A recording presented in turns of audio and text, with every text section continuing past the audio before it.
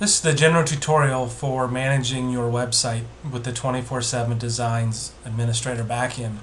You would type in your username and password.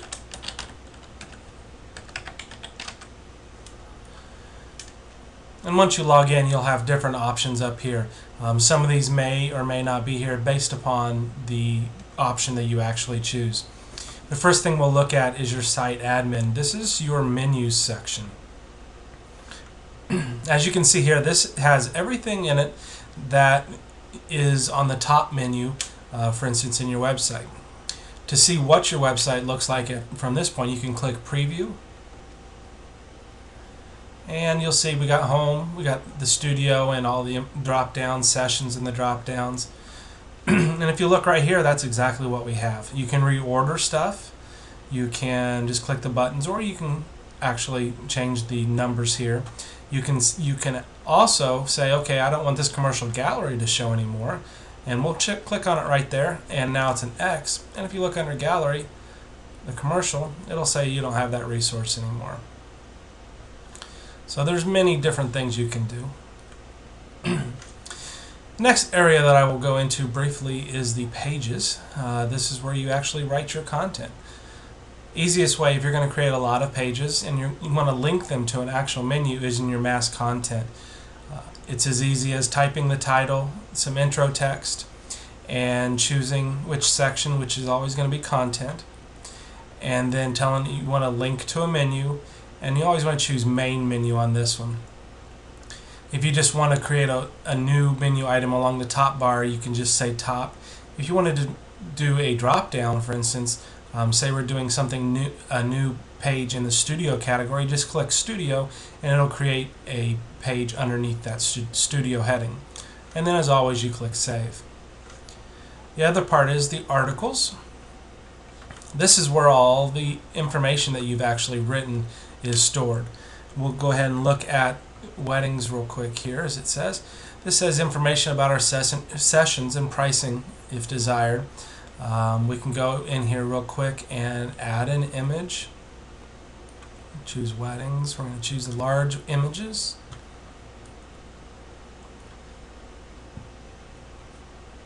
Actually, this is seniors, but gets to the idea there, and you can resize that real easily. One of the cool features about these also is if you click back in here, you can say, let's say I want this image to be on the left-hand side of the page. I'll choose left, and I want the margins. I generally keep about a 10 pixel margin. What it's going to do is it's going to take this information here, or the text, and it's actually going to kind of wrap it around the image. So say for instance, we're just going to type some random stuff here. As you can see, it's actually wrapping it around the image, so it's a good way to put the image inside of your text. And then you would click Save. For this instance, I'm going to go ahead and click Close. If you click Close, nothing happens, so it didn't change anything. The next part is if you actually have a store. I'm going to briefly show you this. There's many other things in here that'll be in another video, but this is where you would actually go in and change the information about your store as far as adding products and stuff like that. Most sites come with a gallery. The gallery is very, very easy to create. You can create a new gallery by clicking New Gallery. You give it a name.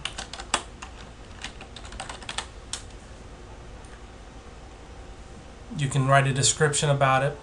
You can upload a menu image. So this would be an image that you want to show as the menu image for the actual gallery. Most of this other stuff you shouldn't really have to deal with. Most sites are set up to actually do this on its own, but there's other options in there that you can change.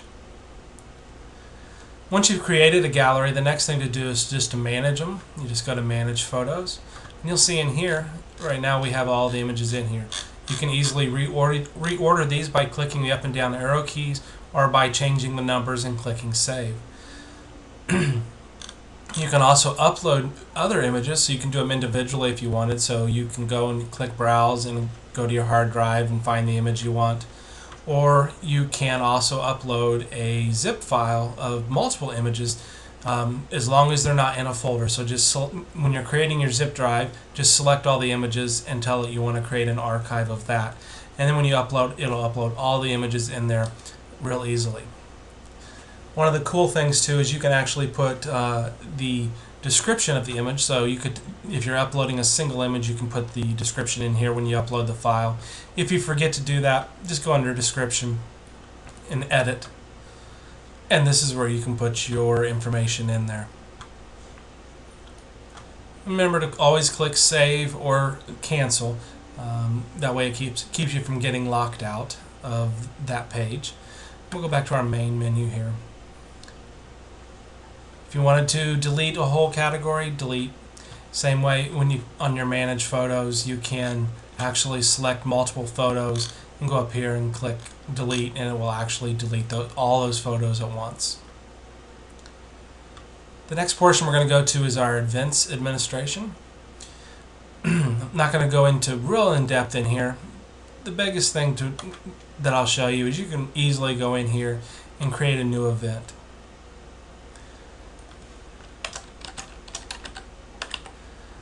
Then you put your description as to whatever the event is in there. You go to your calendar, you can put pictures, you can put all the information in there, just whatever you have. Go to the calendar. I usually choose a 12-hour time format. The start date, the start time, end date, end time, whether it's a repeating event, a daily event, a weekly event, so on, and click save. And if we look at our demo site and we'll refresh this, we now have a new event. With not much in it, but we have a new event. Next thing we'll go into is your blog administration. This is actually pretty easy too. The biggest thing that you'll look at is what's right here in the middle of the screen. These are all of the blog titles that you have written. For now, we'll go ahead and say we want to write a new entry. And we'll go in here. This is the top part. I'm going to just call it new blog entry. And then you type your information. As far as adding the images and stuff like that, it's real similar as it was before. If you have an image URL, that's fine, you can do that. You can also go over here to the images and documents and it'll show all of the images you have. Most websites, images are in their stories, and then whatever category we have in here. You can also upload. You just click upload and then browse, go and find your image, click open and upload, and it'll upload and it'll put that image right into your web page. If you're copy and pasting from Word or another document, it's best to go ahead and hit the W with the folders here, and then you can copy and paste into here. This, what it does is it allows the system to strip a lot of the bloated code that Microsoft Word and other products actually put into the paste so that it shows up properly on the internet. Then you would click save. It saves your entry, and there you have it. Say that you don't want to show that entry anymore. Again, real simple, published or unpublished. If it's a red circle, it's unpublished. If it's a green one, it's published. I'm going to go ahead and unpublish that for now. And that's the brief overview of your website. And then it's always good also to log out. And that'll take you right back to your administration screen.